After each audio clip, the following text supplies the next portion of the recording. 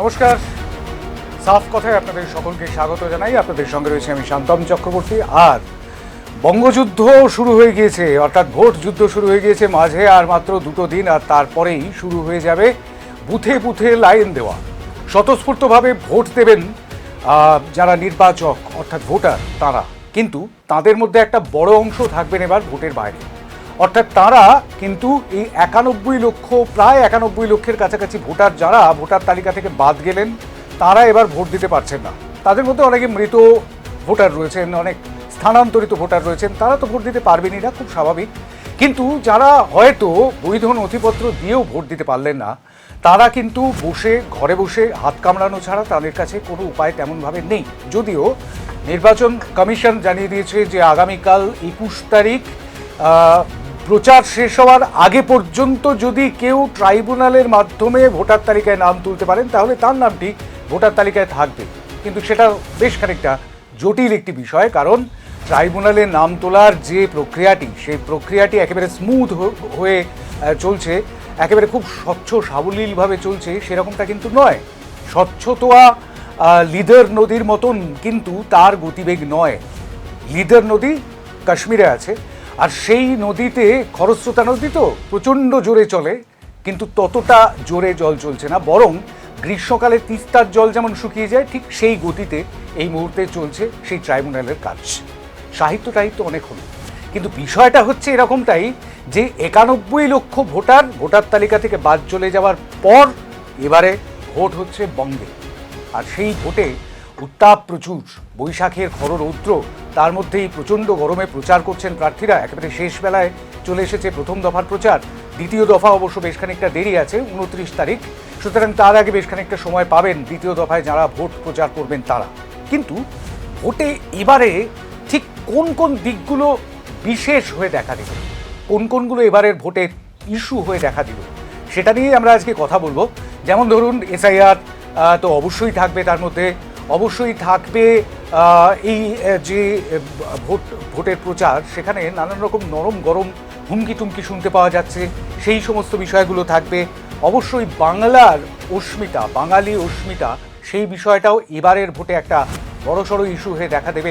এবং লাগাতার পশ্চিমবঙ্গের নিন্দা, সেটাও কি একটা ইস্যু হয়ে দেখা দেবে না? অথবা হয় তৃণমূল কংগ্রেস নয় বিজেপি, এই বাইনারি থেকে বেরিয়ে আসার একটা জায়গাও কি তৈরি করে দেবে এবারের নির্বাচন? এই সমস্ত কিছু নিয়েই কথা আজকে আমাদের অতিথিদের সঙ্গে। বঙ্গযুদ্ধ 2026।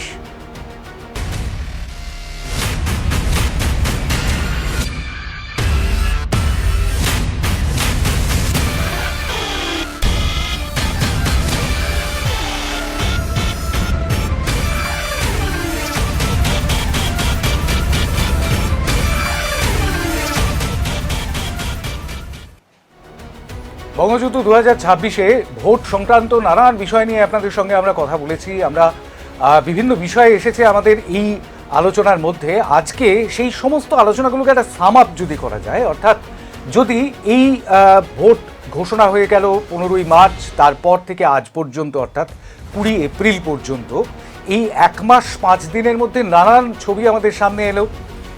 বিভিন্ন প্রাদেশিক নেতা তো রয়েছেনই, বঙ্গের বিভিন্ন নেতৃত্ব তো রয়েছেনই, সেই সঙ্গে সঙ্গে সর্বভারতীয় নেতৃত্ব বিভিন্ন দলের, সেটা জাতীয় কংগ্রেস হোক কিংবা ভারতীয় জনতা পার্টি, তারা এলেন বাংলায়, তারাও বক্তব্য রাখলেন, এবং সেই সমস্ত বক্তব্য থেকেও বেশ কিছু নির্যাস বেরিয়ে এলো।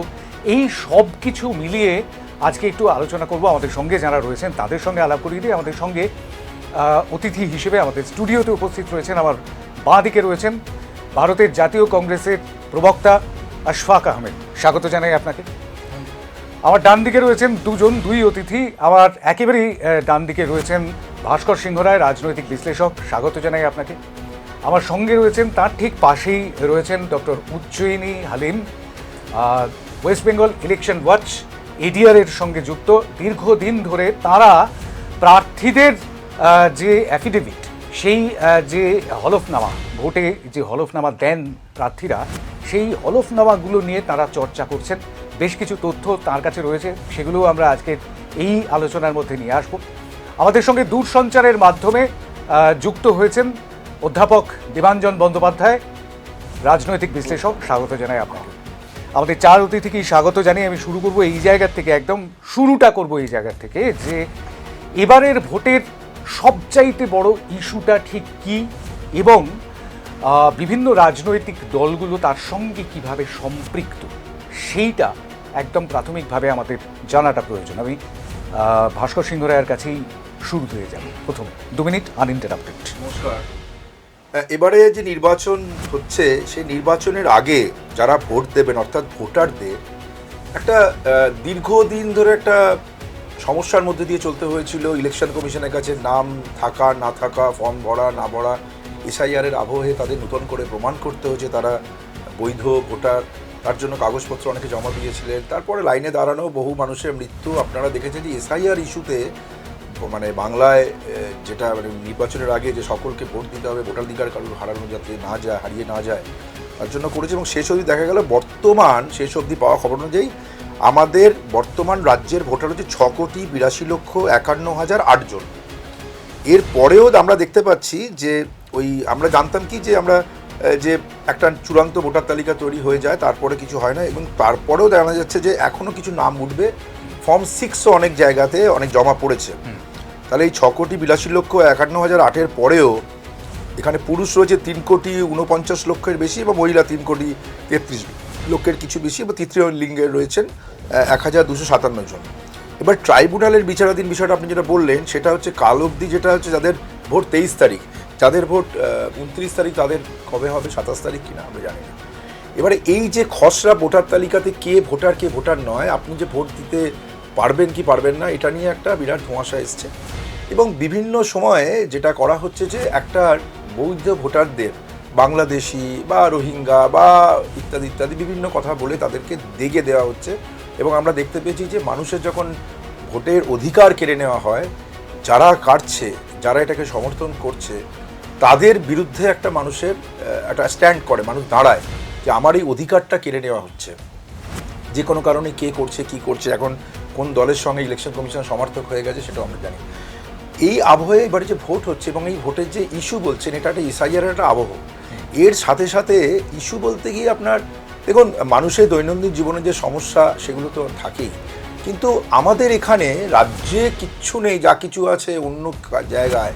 এবং আমাদের রাজ্য নাকি উন্নতি কিছু নেই, কোনো কিছুই হয় না, সব কিছুই হয় মানে অন্য রাজ্যে। তো 10 বছর ধরে অন্য রাজ্যে ছিলেন, পাশের আসাম, তার দেখতে পাচ্ছি যে বিজেপি নামক দলটি যেটা বলছে যে তাদের কি উন্নতি হয়েছে, এরকম একটা মানুষের মধ্যে ধোঁয়াশা রেখেছে। এবং সবথেকে বড় কথা, এবারে প্রচারের সময় আমরা দেখছি যে ইলেকশন কমিশনের বলুন বা বিভিন্ন রকম সবাই সোশ্যাল মিডিয়াটা ইউজ করছে, রাইট।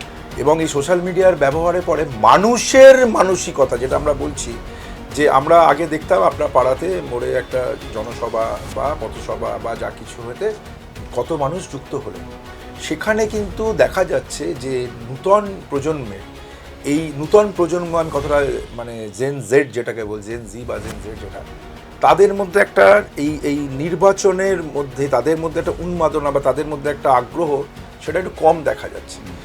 পক্ষান্তরে আমরা দেখতে পাচ্ছি যে যারা খেটে খাওয়া মানুষ বা যারা মনে করুন আপনার এই বিভিন্নভাবে ক্ষমতায়নের মানে উইমেন এম্পাওয়ারমেন্ট থেকে আরম্ভ করে বিভিন্ন সময়ে যারা উপকৃত হয়েছেন, তাদের প্রান্তিক মানুষরা, গরিব মানুষরা, খেটে খাওয়া মানুষরা, শ্রমজীবী মানুষদের মধ্যে তাদের অধিকার যাতে প্রতিষ্ঠিত থাকে, তাদের মধ্যে ভোট দেবার যে আগ্রহ, সেই ভোট দেওয়ার আগ্রহটা কিন্তু অনেক বেড়েছে।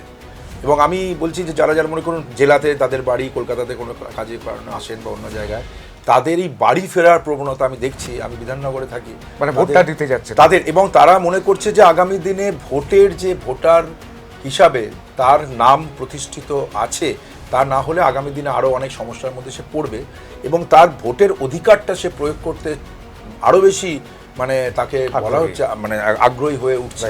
এটা একটা পরিস্থিতি। তারপরে দেখুন রাজনৈতিকভাবে কে কি বললো, রাজনীতিতে কি আছে, মানুষের কি মনে করছে সেগুলো পরে, কিন্তু এই আবহটা কিন্তু অন্যবারের থেকে এটা কিন্তু এসআইআর এবং মানুষের আগ্রহ এবং মানুষ একটা সংখ্যা, এই পরিস্থিতির মধ্যে কিন্তু ভোটটা হচ্ছে না। অনেকে কিন্তু এরকম ভয়ও পাচ্ছেন, আমি ভাস্কর বাবুর কথার সূত্র ধরেই বলি, অনেকে এরকম ভয়ও পাচ্ছেন যে এবার যদি ভোটটা না দিই তাহলে একদম হয়তো আমার নামটাই থাকবে না এবং আমার অস্তিত্ব। দেখুন মানুষের আইডেন্টিটি থাকে।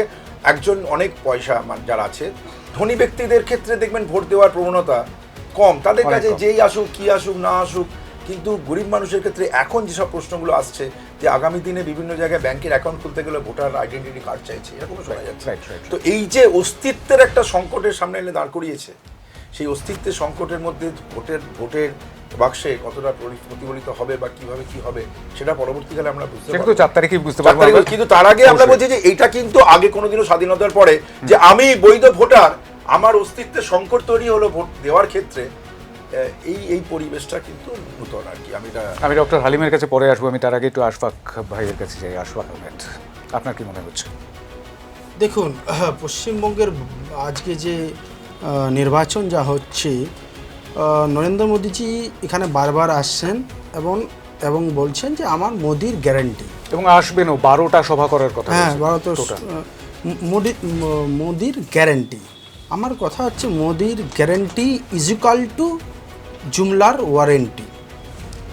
এই যে নরেন্দ্র মোদী সরকার এক এক জুমলা বিহার বা বিভিন্ন রাজ্যে দিয়ে গেছেন, মানুষ কিন্তু বাংলার মানুষ যথেষ্ট সচেতন।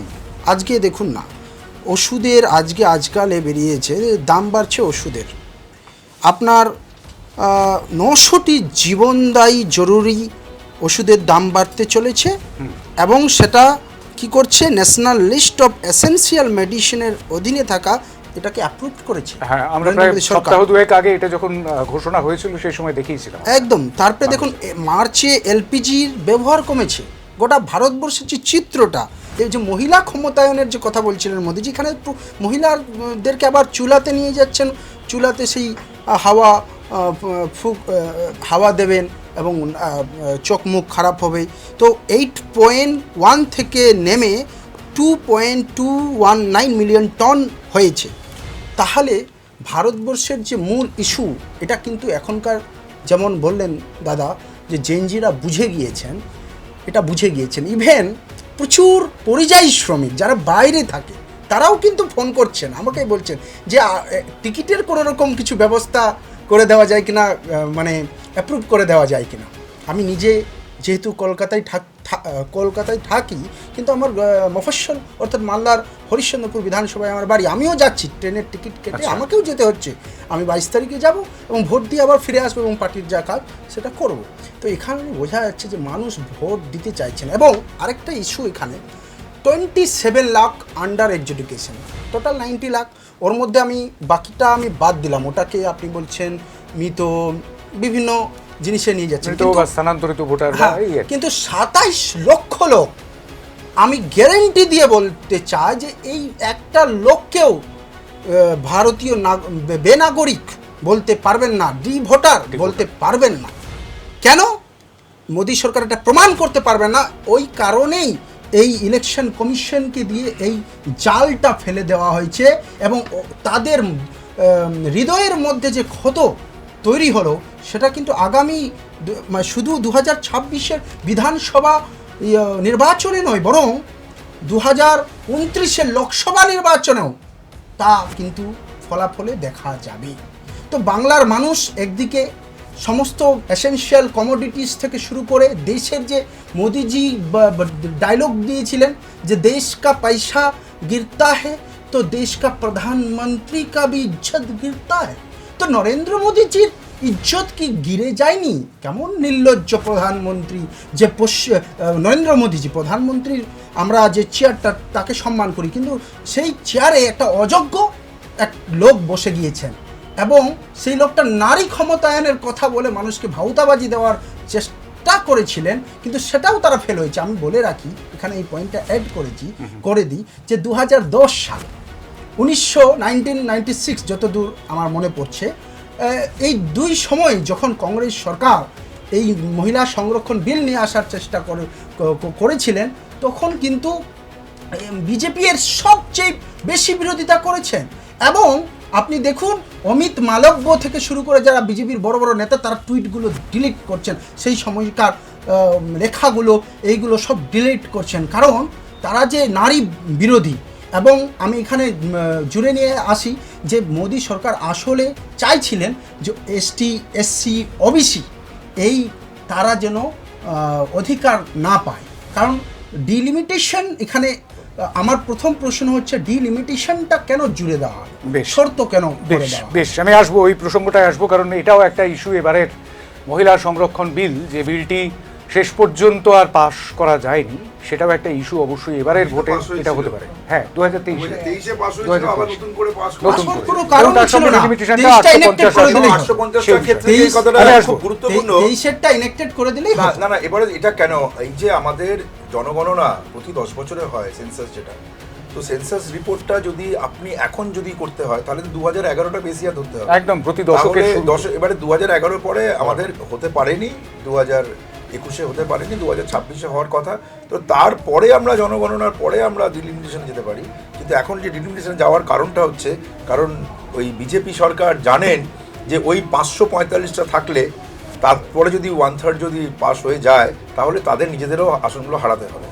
তো এইগুলো হতে পারে। এর পেছনে কি Indirectly- কি ক্যালকুলেশন রয়েছে সেদিকে পরে আসবো। আমি অবশ্যই আগে অধ্যাপক দেবাঞ্জন বন্দ্যোপাধ্যায়ের কাছে যাব, যে এবারের ভোটের আমরা একদম শুরুতেই অধ্যাপক বন্দ্যোপাধ্যায়ের কথা বলছি যেটা নিয়ে, সেটা হচ্ছে যে এবারের ভোটের ইস্যুগুলো ঠিক কি হতে পারে। এই যে আলোচনার মধ্যে যে বিষয়গুলো রয়েছে সেগুলোর বাইরেও কি কোনো ইস্যু রয়েছে, আপনার কাছ থেকে শুনতে চাইব। শুভ সন্ধ্যা, সবাইকে নমস্কার। যেটা প্রথমেই বলি যে দুটো ট্যাগলাইন দিয়ে আমি শুরু করি, সেটা হচ্ছে first of all special intensive revision কিন্তু ভোটাধিকারের একটা সংখ্যাতত্ত্ব এবং বৈধ ভোটারের একটা যাচাই করার একটা প্রক্রিয়া। এটার সঙ্গে কিন্তু নাগরিকত্বের কোনো সম্পর্ক নেই। যাদের ভোটে নাম নেই তাদের কিন্তু মানে দেশের আইন অনুযায়ী এবং এসআইআর এর প্রভিশন অনুযায়ী কিন্তু তার সাথে নাগরিকত্ব চলে যাওয়ার কোনো সম্ভাবনাই নেই। এই ধরনের একটা গুজব বাজারে ছাড়া হচ্ছে, কেউ বা কারো শঙ্কিত হচ্ছেন। ডেফিনেটলি প্রান্তিক মানুষ, গরিব মানুষজন হয়তো বুঝতে পারছেন না, তারাও অ্যাপ্রিহেন্সিভ হয়ে যাচ্ছেন। সেই জন্য আপনাদের এই চ্যানেলের মারফত আমি বলছি, যেটা দেশের সংবিধান অনুযায়ী এসআইআর এর সাথে কিন্তু নাগরিকত্বের কোনো সম্পর্ক নেই, 1 নম্বর। দ্বিতীয় নম্বর হচ্ছে যে এসআইআর যে স্পেশাল ইন্টেন্সিভ রিভিশনটা কিন্তু অত্যন্ত একটা সঠিক পদক্ষেপ ভারতবর্ষের সংবিধান অনুযায়ী, যেটা 2002 সালেও হয়েছে, বিভিন্ন রাজ্যে বিভিন্ন সময়ে হয়েছে। কারণ আমাদের যেটা প্রথমেই বুঝতে হবে যে আমাদের দেশের যারা নাগরিক তারাই ভোট দেবেন, নাগরিকের বাইরে একটা মানুষও ভোট দেবেন না।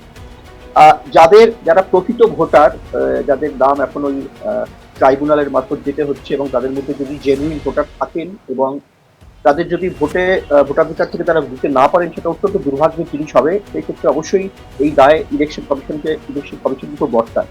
বাট অন দ্য কন্ট্রারি, এটাও ঠিক, যারা বেআইনিভাবে এই ভোটার তালিকায় ছিলেন, আমি একদম তথ্য পরিসংখ্যান দিয়ে বলছি যে প্রথমবার যখন ফার্স্ট যে লিস্টটা বেরোয়, সেই লিস্টে প্রায় 63 লক্ষ বাদ যায়। সেই 63 লক্ষের মধ্যে একদম স্পেসিফিক্যালি 40-এর ওপর প্রায় 41 লক্ষ প্লাস, এক্সাক্ট অ্যামাউন্ট আমার মনে নেই, সংখ্যাটা আমার মনে নেই, কিন্তু 41 লক্ষ প্লাস হচ্ছে মৃত ভোটার। এই মৃত ভোটারদের কিন্তু কোনো অধিকারই নেই, এবং যারা কিন্তু 2021 সালের ভোটার লিস্টে ছিলেন, এবং এই মৃত ভোটাররা কিন্তু ভোটাধিকার প্রয়োগ করেছেন, হয়তোবা ডেফিনেটলি করেছেন, যেহেতু তাদের নাম ছিল ভোটাধিকারে।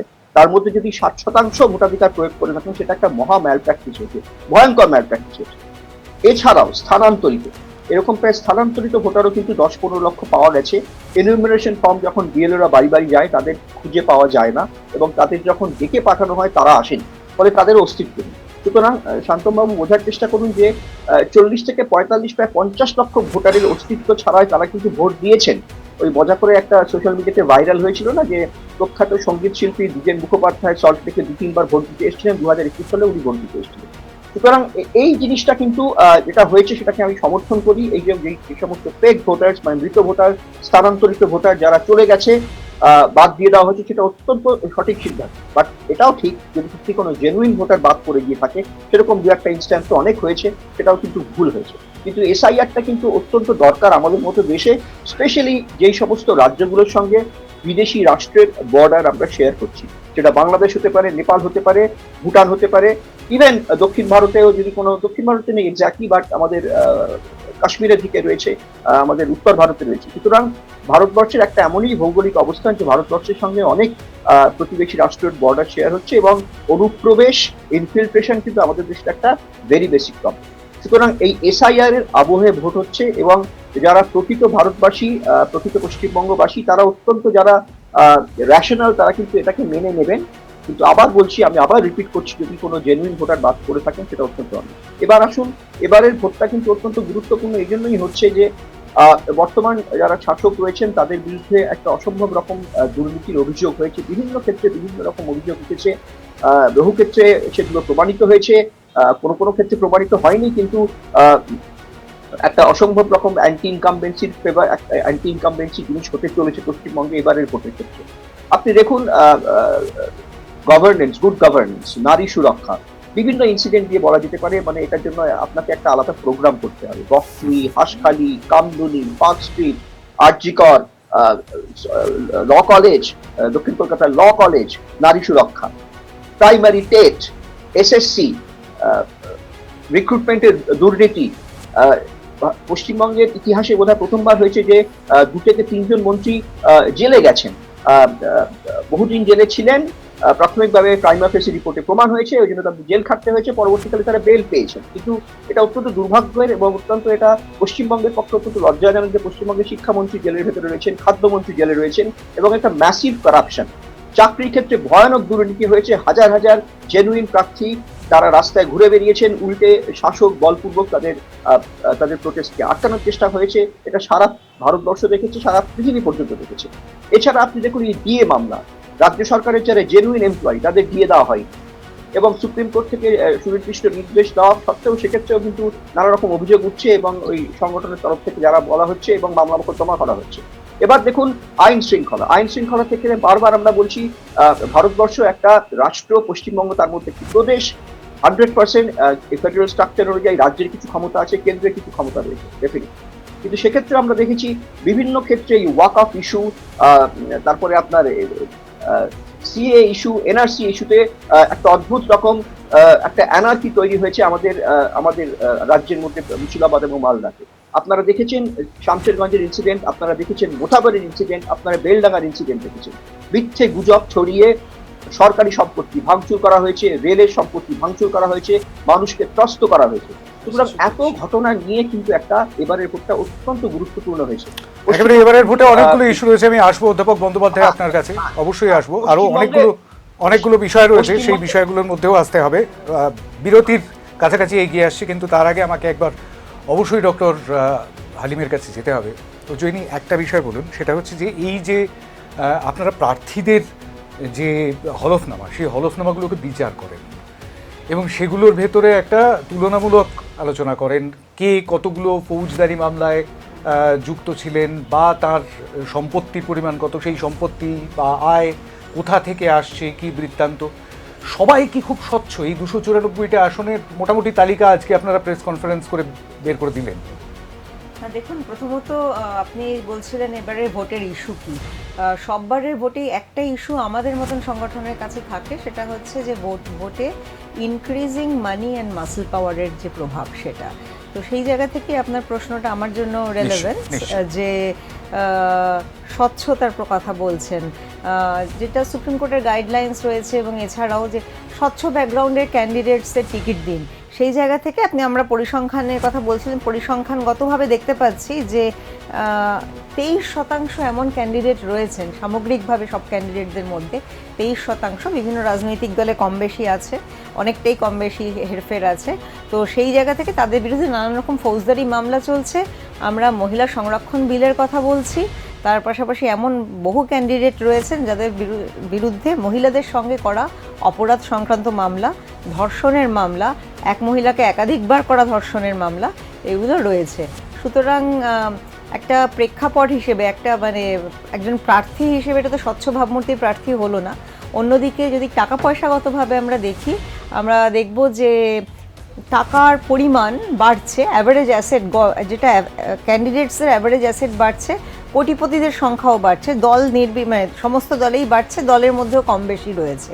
তো সমস্ত নির্বাচনেই আমাদের দেশে মানি এবং মাসল পাওয়ার একটা বড় পাওয়ার, সেইটা আগেও ছিল, এবারও আছে, সেটা একটা ইস্যু, অবশ্যই সেটা একটা ইস্যু। তবে আপনাদের এই আলোচনার পরিপ্রেক্ষিতে দু একটা কথা না বললেই নয়, সেটা হচ্ছে যে এসআইআর এর প্রসঙ্গ সবাই আলোচনা করলেন। এসআইআরকে চ্যালেঞ্জ বলবো না, এসআইআর সংক্রান্ত প্রথম কেসটি সুপ্রিম কোর্টে অ্যাসোসিয়েশন ফর ডেমোক্রেটিক রিফর্মস করে, আমি যে সংগঠনের সাথে এই রাজ্যে যুক্ত, এবং সেটা বিহারের যখন এসআইআর শুরু হচ্ছিল সেই সময়। সেই কেস এখনও চলছে, এর সাথে আরও অনেক কেস যুক্ত হয়েছে যেটা চলছে। তো এসআইআর এত অল্প সময়ে নির্বাচনের আগে হুড়োহুড়ি করে করা, বহু মানুষ ট্রাইব্যুনালের দ্বারস্থ হয়ে আছেন, তাদের সেই জায়গাতে ঝুলিয়ে রেখে ভোটদান, সেইটা একটা অবশ্যই বড় ইস্যু এবারে। কারণ ভোটার কমিয়ে ভোট, সেটা কিভাবে হয় সেটা একটা বড় কথা। আর এই যে বলা হচ্ছে যে এত মানুষ নাকি মানে পুরো ভোটার তালিকার মধ্যে এত গন্ডগোল ছিল, এইটার দায়িত্বটা কার? এটা দায়িত্বও তো নির্বাচন কমিশনের, কারণ সামারি রিভিশন যাকে আমরা বলি, সবসময় সামারি রিভিশন হয়। এছাড়া প্রত্যেকটা পার্লামেন্ট এবং বিধানসভা ইলেকশনের আগে একটা রিভিশন হয়, আর 2002 ইন্টেন্সিভ রিভিশন হয়েছিল। এইভাবে স্পেশাল ইন্টেন্সিভ রিভিশন কোথাও হয়নি। পশ্চিমবঙ্গের ক্ষেত্রে যেটা বিশেষভাবে হয়েছে লজিক্যাল ডিসক্রিপেন্সি বলে, সেটাও আমরা এইভাবে কোথাও দেখতে পাইনি। সুতরাং সাধারণ মানুষের মনে এটা থাকবে। আমরা যখন সাধারণ মানুষের সাথে কথা বলি, আমরা আজকে সোশ্যাল মিডিয়ার কথা বলছি, সেখানে দেখি মানুষ, আপনারা সঠিকভাবেই বলছিলেন, মনে করছেন ভোট এবার দিতে যেতেই হবে, এবারে ভোট না দিলে আমার নামটা কাটা পড়ে যাবে।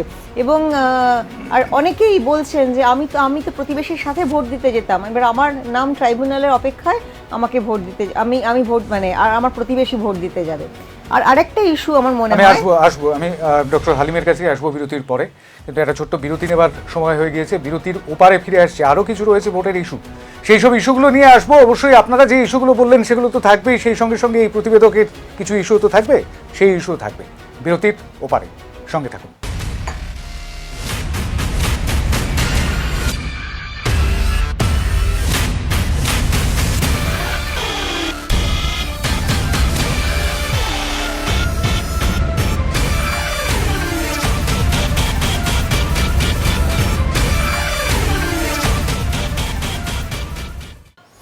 বিরতির পর ফিরে এলাম বঙ্গযুদ্ধ 2026-এর এই পর্বে। আমাদের সঙ্গে যে অতিথিরা রয়েছেন, আরও একবার তাদের সঙ্গে পরিচয় করে দিই। আমাদের সঙ্গে দূরসঞ্চারের মাধ্যমে যুক্ত হয়েছেন অধ্যাপক দেবাঞ্জন বন্দ্যোপাধ্যায়, রাজনৈতিক বিশ্লেষক, আরও একবার স্বাগত। আমাদের সঙ্গে রয়েছেন রাজনৈতিক বিশ্লেষক ভাস্কর সিংহ রায়, স্বাগত। আমাদের সঙ্গে রয়েছেন ওয়েস্ট বেঙ্গল ইলেকশন ওয়াচের পক্ষ থেকে ডক্টর উজ্জয়িনী হালিম, স্বাগত জানাই আপনাকে। আমাদের সঙ্গে রয়েছেন ভারতের জাতীয় কংগ্রেসের প্রবক্তা আশফাক আহমেদ, স্বাগত জানাই আপনাকে।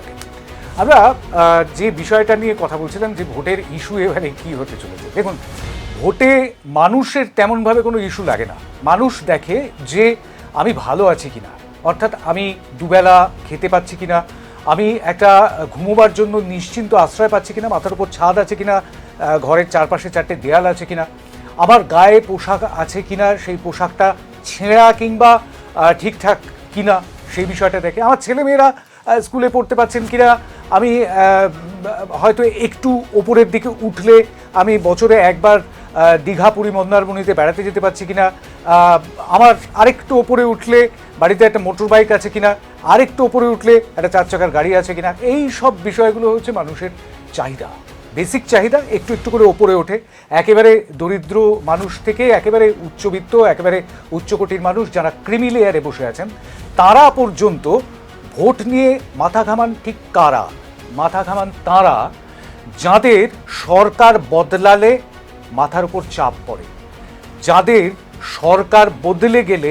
এখন যে সুবিধাটা পাচ্ছি পরবর্তীকালে সেই সুবিধাটা পাবো কিনা তা নিয়ে সন্দেহ বাড়ে, সংশয় বাড়ে। তাঁরা ভাবেন ভোট নিয়ে। আর ভাবেন কারা? যারা এই ভোট প্রক্রিয়ার সঙ্গে একেবারে সম্পৃক্ত, জড়িত, সেই রাজনৈতিক মানুষজন, যারা এই মুহূর্তে যথেষ্ট উত্তপ্ত একটা পরিস্থিতির মধ্যে রয়েছেন, কে আসবেন বঙ্গে। তবে একটা বিষয় মনে হয়, বিভিন্ন বিষয় তো উঠে আসছিল, আমি ডক্টর উজ্জয়িনী হালিমের কাছে যাব, তার বক্তব্যটা সম্পূর্ণ হয়নি। তবে একটা বিষয় মনে হয় যে এবারের নির্বাচনে এই এসআইআর বা এই মহিলা সংরক্ষণ, এইসব বিষয়গুলো তো রয়েছে, সেই সঙ্গে সঙ্গে আরও একটা স্পেশাল বিষয় রয়েছে এবারে। সেটা হচ্ছে শুধুমাত্র ত্রিমুখী লড়াই আমরা এতদিন পর্যন্ত দেখে এসেছি, এমনকি 2024-এও যে বড় নির্বাচন, সাধারণ নির্বাচন, সেখানেও আমরা দেখেছি লোকসভায় ত্রিমুখী লড়াই। কেন? একদিকে ভারতীয় জনতা পার্টি, অন্যদিকে রয়েছে তৃণমূল কংগ্রেস, রাজ্যের শাসক দল, অন্যদিকে বাম এবং কংগ্রেস একত্রে লড়াই করেছে, বাম দলগুলো, তাদের সহযোগী দলগুলো এবং জাতীয় কংগ্রেস। এবারে কিন্তু ছবিটা আলাদা। এবারে জাতীয় কংগ্রেস একেবারে আলাদা হয়ে 294টি আসনে তাঁরা লড়ছেন।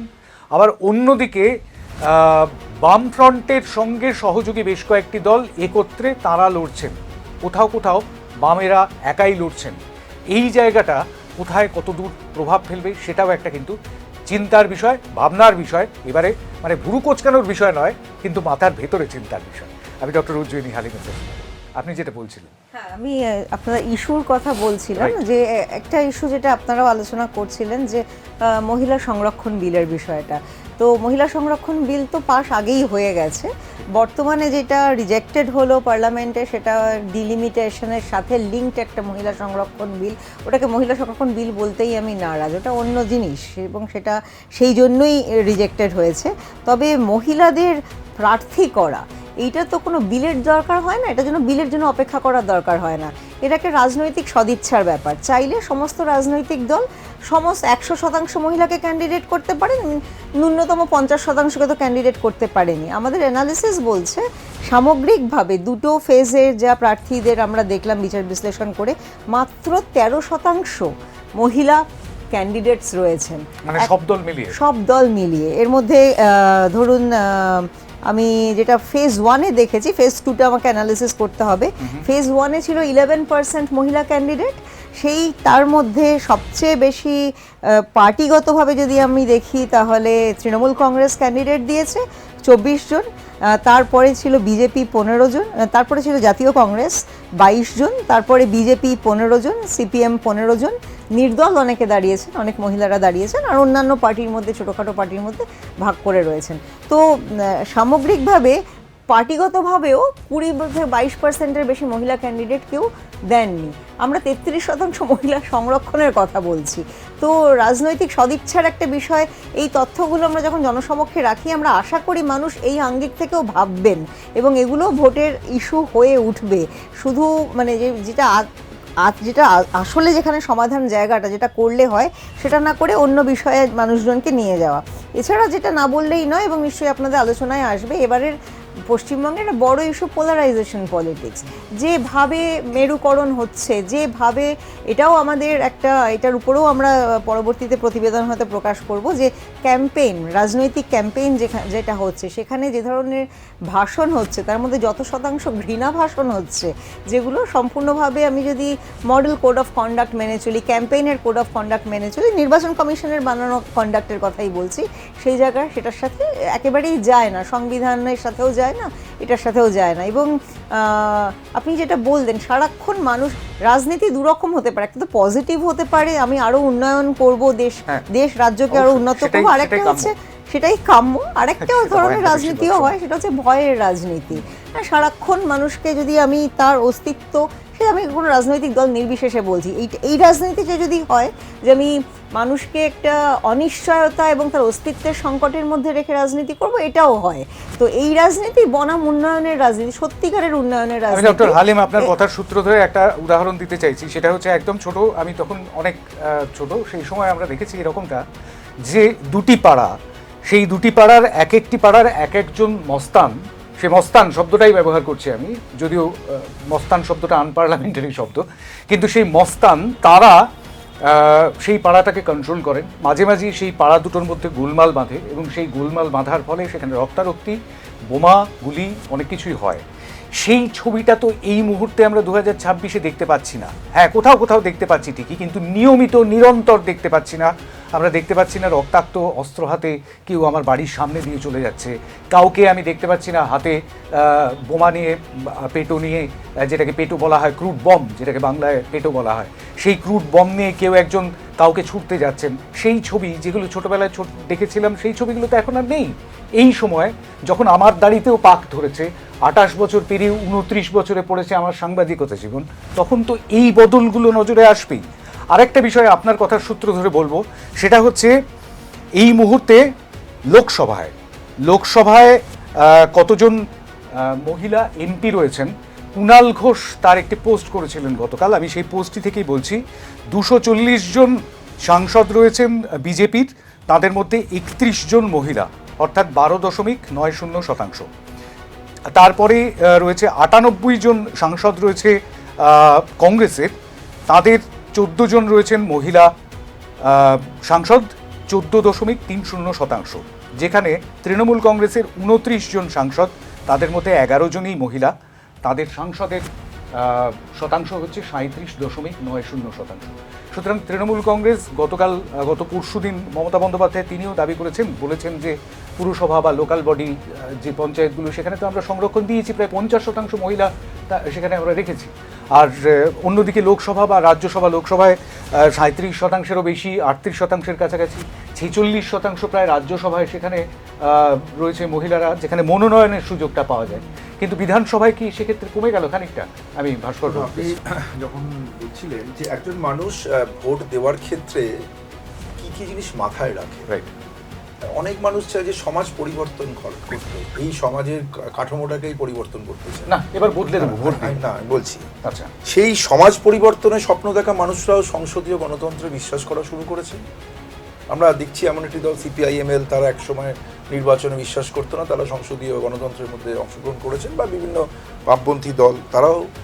এবং অনেক মানুষ যেটা দেখেন যে তার পক্ষে তো সমাজটা পরিবর্তন করা সম্ভব হচ্ছে না, যে সমাজের মধ্যে বিভিন্ন দলের বিভিন্ন মানে ফাংশন করার বা তাদের কিছু কিছু মানে নীতি আছে, তারা কিছু কিছু জিনিস ফলো করে, সেটা কার কাছে বেনিফিশিয়াল কার কাছে নয়।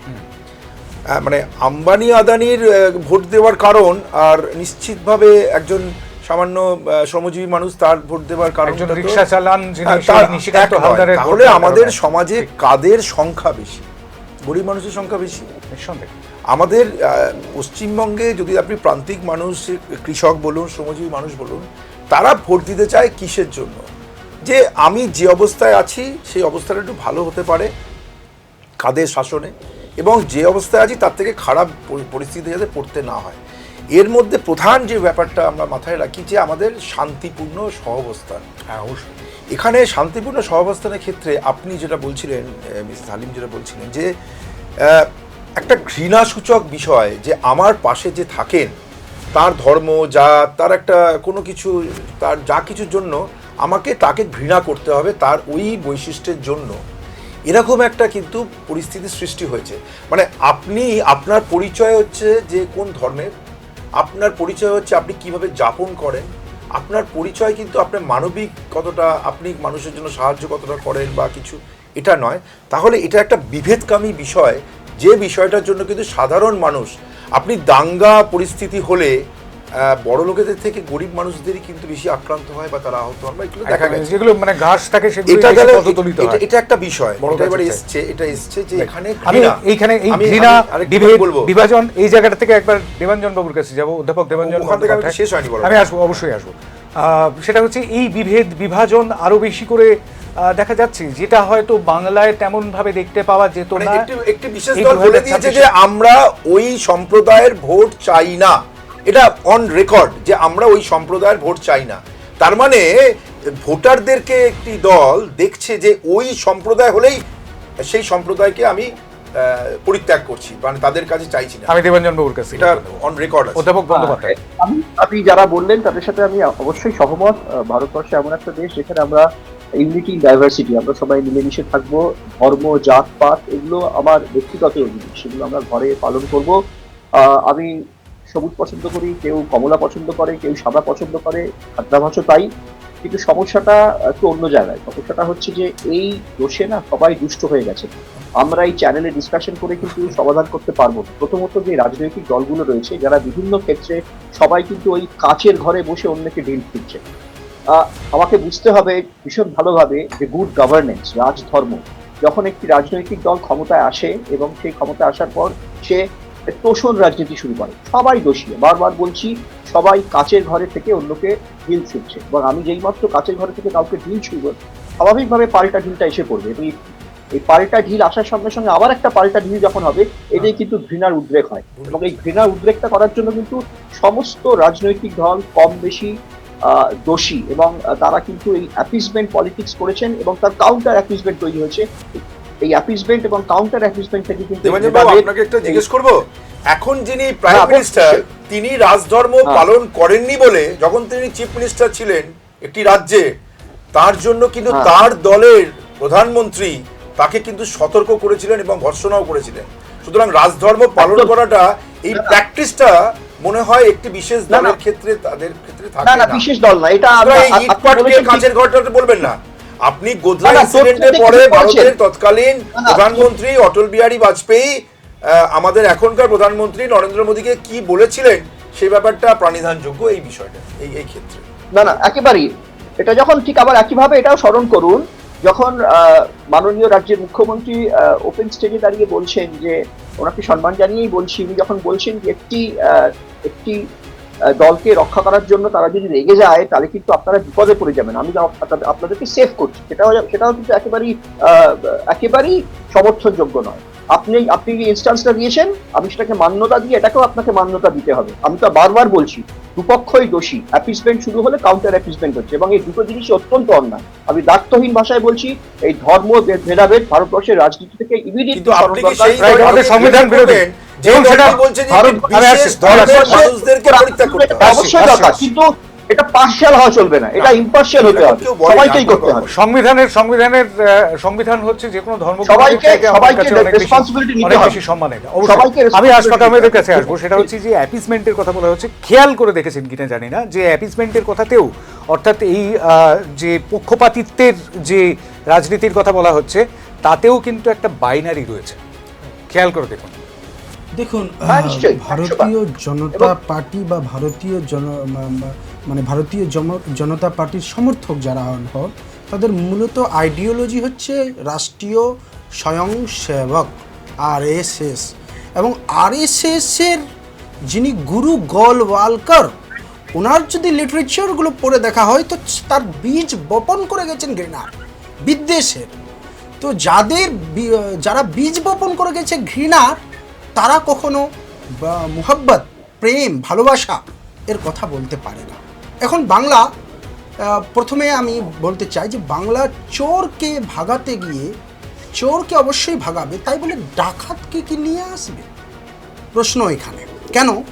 যে বাংলা যদি সিন্ডিকেট রাজ হয়, বাংলায় যদি, আমি লিস্ট দিচ্ছি আমাদের চার্জশিটেও আপনারা পেয়েছেন হয়তো, লার্জ স্কেল ফাইন্যান্সিয়াল স্ক্যাম হয়েছে, সারদা চিট ফান্ড থেকে শুরু করে রিক্রুটমেন্ট স্কিম হয়েছে, উমেনকে মহিলাদেরকে প্রোটেকশন দিতে পারেনি, কিন্তু বিজেপি কি মধ্যপ্রদেশ, NCRB ডেটা বলছে মধ্যপ্রদেশে মহিলারা কতটা নিরাপত্তা আছে। NCRB ডেটার কথাই যখন তুললেন আশফাক ভাই, তখন বলতে হবে যে কেন্দ্রের এই মুহূর্তে ক্ষমতাসীন দল হচ্ছে ভারতীয় জনতা পার্টি। সেই ভারতীয় জনতা পার্টির প্রায় 20টি রাজ্যে তারা ক্ষমতায় রয়েছেন। সেই সমস্ত রাজ্যগুলোতে মহিলাদের উপর অত্যাচারের যে ডেটা, সেই ডেটা যদি সামনে আনা হয়, আমরা গত পরশুদিনই একটা ছবি দেখিয়েছি, সেখানে প্রথম 10টি 2014 থেকে 2022 পর্যন্ত যে প্রথম 10টি রাজ্যের কথা উঠে আসছে লিস্টে, তার মধ্যে বাংলা কিন্তু নেই, পশ্চিমবঙ্গ নেই।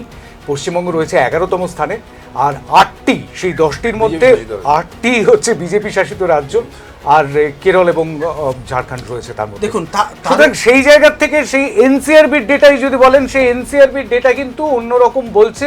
সুতরাং রাজনৈতিক ব্যক্তিত্ব যখন বলেন, ব্যক্তিত্বরা যখন রাজনীতির প্রচার করেন, ভোটের প্রচার করেন, তখন কি আর এইসব ডেটা তাদের মাথায় থাকে না? তারা নিজেদের ন্যারেটিভটাকে সমবেত জনগণ 30,000, 50,000, 70,000, 1 লক্ষ মানুষের মাথায় ঢুকিয়ে দেওয়ার চেষ্টা করেন। আচ্ছা, একটু আগে ডক্টর উজ্জয়িনী হালিম একটা কথা বলছিলেন, সেটা হচ্ছে যে হেট স্পিচ বা ঘৃণা ভাষণ। সেই ঘৃণা ভাষণ আমরা বারংবার শুনেছি, আরও একবার শোনাবো আপনাদের। কতবার এই ধরনের হুমকি, হুঁশিয়ারি, এই ধরনের ঘৃণা ভাষণ, এতবার ভয় দেখানো, সেই ভয় দেখানোটা কেন? আদতে তো আমরা এটা করতে চাই, আপনারা তাই আমাকে ভোট দিন, এরকমটা হতে পারে অ্যাপ্রোচ, কিন্তু সেই অ্যাপ্রোচের মধ্যে কোথাও হুমকি, কোথাও গুলি বোমা, কোথাও দেখতে পাওয়া যাচ্ছে সাঁজোয়া গাড়ি, না সেটা না হয় নিরাপত্তার জন্যই রাখা হয়েছে, কিন্তু বুলডোজার, সেই বুলডোজারও তো শুনতে পাওয়া যাচ্ছে। শুনুন। और मैं आपको भरोसा देता हूं, इस बार चुनाव के बाद इनके पापों का पूरा हिसाब किया जाएगा।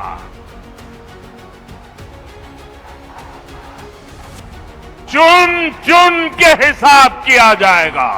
जिन ने भाजपा कार्यकर्ता को परेशान करा है, सरकार होने के बाद सबका हिसाब किताब बरोबर करने का काम। कोई गुंडा नहीं, कोई माफिया नहीं, वहां पर highway, expressway, airport metro, ropeway, rapid rail, ये सब बन रहे हैं। माफिया मुक्त और गुंडा मुक्त होने के साथ साथ माफिया की पसली को तोड़ने के लिए बुलडोजर का इस्तेमाल भी यूपी के अंदर होता है। বাইরের লোক লাগে না, আমরাই টিএমসি কে এবং সারা পশ্চিমবাংলা। আমি আজকে আহ্বান করছি আমার কর্মীদের এবং সাধারণ মানুষকে, টিএমসির গুন্ডাগর্দি, দাদাগিরি, লুটপাট অনেক সহ্য করেছে মানুষ। আমরা সামনে আছি, আমরা শুরু করেছি, আপনারা হাত লাগান। এরপরে টিএমসির নেতার গুন্ডাদের গণপিটুনি হবে সব জায়গায়, আমি বলে দিচ্ছি। কারণ কলকাতার বুকে যদি আমরা ঠুকতে পারি, সারা পশ্চিমবাংলায় ঠুকতে পারি, ঠুকবো। বম বন্দুক সব আনবো, গুন্ডাদের সঙ্গে লড়ার জন্য কি আছে? প্রধানমন্ত্রী বলেছেন সবকা সাথ, সবকা বিকাশ, সবকা হিসাব। হিসাব মানে খালি টাকার হিসাব নয়, এতদিন যা গুন্ডামি মারপিট করেছেন সব হিসাব চুকতে হবে। সাবধান থাকুন, যদি শশী বাজার বাড়িতে অ্যাটাক হতে পারে, কালীঘাটেও অ্যাটাক হতে পারে, মদন মিত্রি বা চেতলার বাড়িতেও অ্যাটাক হতে পারে, আর এটা হবেও ভোটের আগে জেনে রাখুন। ছবিগুলো গোছানো আছে, সবকা সাথ সবকা বিকাশ তো হবে, সবকা হিসাবও হবে। ममता दी, मैं आपको बोलना चाहता हूँ, थाना आपका पास भी है तो मेरा पास भी थाना ही है। टक्कर मत लेना। अगर टीएमसी मुझे एक गोली मारेगा, मैं भी 2 गोली मार के ही मरूंगा, मैं भी 2 गोली मार के मरूंगा। আমি কতগুলো ভাষণ শোনালাম, সেখানে ভাষা সন্ত্রাস আছে নাকি মিষ্টি ভাষা আছে, আমি একটু ডক্টর উজ্জয়িনী হালিমের কাছে যাবো। ক্যাম্পেইনে এই খুব ধরনের, সংক্ষেপে, খুব শেষ, সংক্ষেপেই বলছি, বলুন। ক্যাম্পেইনে এই ধরনের গুলি মারা, হিসাব খিতাব করা, এই ধরনের ভাষা ব্যবহার আইনত উচিত না, আইনত মানে করা ঠিক না, এবং অন্যদিক থেকে সামাজিকভাবে রাজনৈতিক কালচার হিসেবেও তো ঠিক না, খুব স্বাভাবিক। এরা বলার অপেক্ষা রাখে না আপনি যা শোনালে। তবে এইগুলো কেন বলছে, মানুষ হয়তো এগুলো শুনছে, শুনে উত্তেজিত হচ্ছে, হয়তো ইলেকশনের যে একটা আঁচ, সেই আঁচে মানুষকে উত্তেজিত করার এটা একটা ভাষা। এখানে কোথাও নির্বাচন কমিশন তো অনেক কিছু করছেন, অনেক ঝাড়াই বাছাই অনেক কিছু করছেন, এই ক্যাম্পেইনগুলো ঝাড়াই বাছাই নির্বাচন কমিশন কবে করবেন, এই প্রশ্নটা থাকলো। আমি ভাস্করবাবুর কাছে আসবো, বাজার গরম করার জন্যই কি শুধুমাত্র? দেখুন, নাকি একটা ভয়ের বাতাবরণ তৈরি? প্রত্যেকের রাজনীতির একটা ধরন আছে। নিশ্চয়ই। আমি আপনাকে প্রথমেই বললাম যে ঘৃণা ছড়িয়ে এবং একটা সংখ্যাগুরুর লোকেদেরকে একত্রিত করার যে প্রয়াস, যে সংখ্যালঘুদের জন্যই তোমাদের যত কিছু দুর্গতি, এই হিট স্পিচগুলো আপনি দেখবেন, যতই না গুন্ডা বলুক, ওরা অ্যাকচুয়ালি কিন্তু একটি বিশেষ সম্প্রদায়কে আপনারা টার্গেট করেছেন। এটাও একটা রাজনীতি, যেটা করে আপনি দেখুন পশ্চিমবঙ্গে ওরা কিন্তু বলছে কি যে আমাদের বেশি করে আরও মন্দির হ্যানা ত্যানা এইসব এই রাজনীতিরা করছে। এটা করে কিছু সংখ্যক মানুষ তো কিছুদিনের জন্য তো হয়, মানে উত্তপ্ত হয়, তারা মনে করে যে তারা মানে বিশ্বাস করতে বাধ্য হয়, এরকম বারবার ধরে না এই ঘৃণাসূচক মন্তব্য শুনে এবং ঘৃণার এই পরিবেশটা খুব তাড়াতাড়ি ছড়ায়। এই চেষ্টা করে, কারণ তাদের কোনো গঠনমূলক কথা বলে একটা শিক্ষা, সংস্কৃতির পরিবেশ বা ইত্যাদি এগুলো বলে কিন্তু ভোট পাওয়ার থেকে এই রাস্তায় তারা কিছুটা জায়গায়, কোনো জায়গায় তারা সাফল্য পেয়েছে।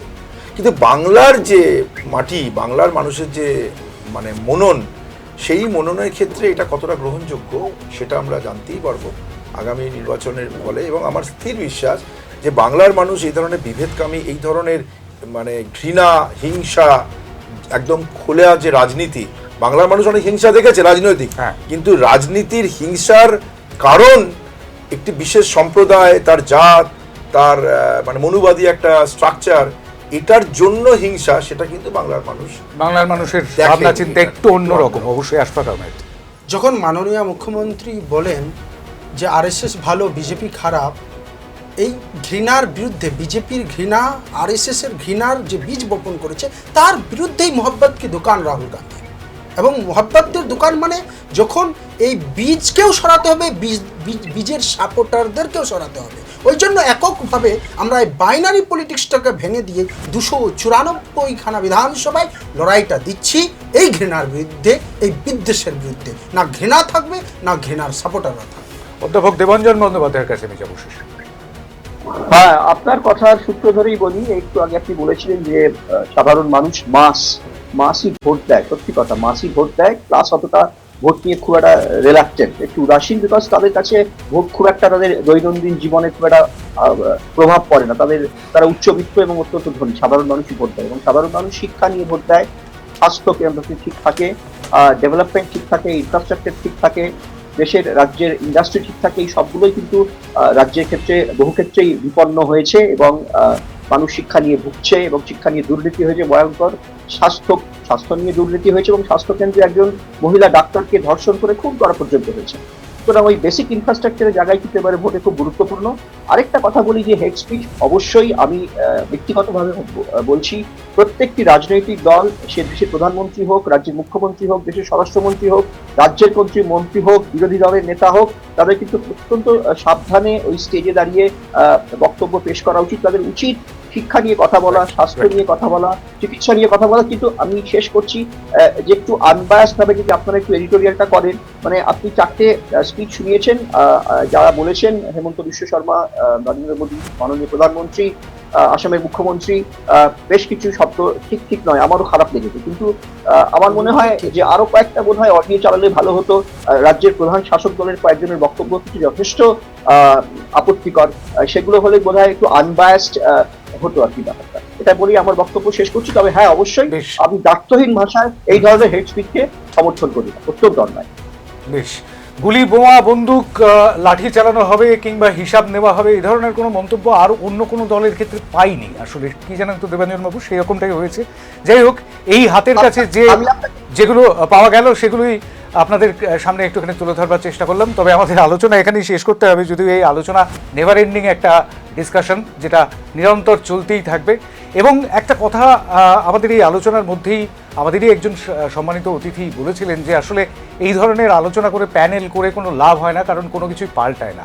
আসলে এখানেও একটা বাইনারি কাজ করছে, কোনো কিছু পাল্টায় না বলেই আমরা আদতে আলোচনাটাই করি না।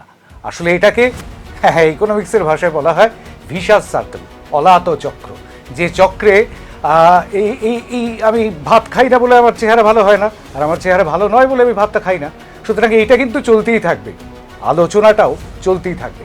কারণ আলোচনা, ডিসকাশন গণতন্ত্রের একটা অত্যন্ত গুরুত্বপূর্ণ জায়গা, যেটা শিক্ষা, স্বাস্থ্য, যে বিষয়গুলো নিয়ে আমরা কথা বলি প্রতি মুহূর্তে, যা সাধারণ মানুষের অত্যন্ত জরুরি দরকার, যা নিয়ে কথা বলা দরকার রাজনীতিবিদদের, রাজনীতিকদের, রাজনৈতিক আলোচক এবং বিশ্লেষকদের, সেটা নিয়েই আলোচনা করাটা দরকার না।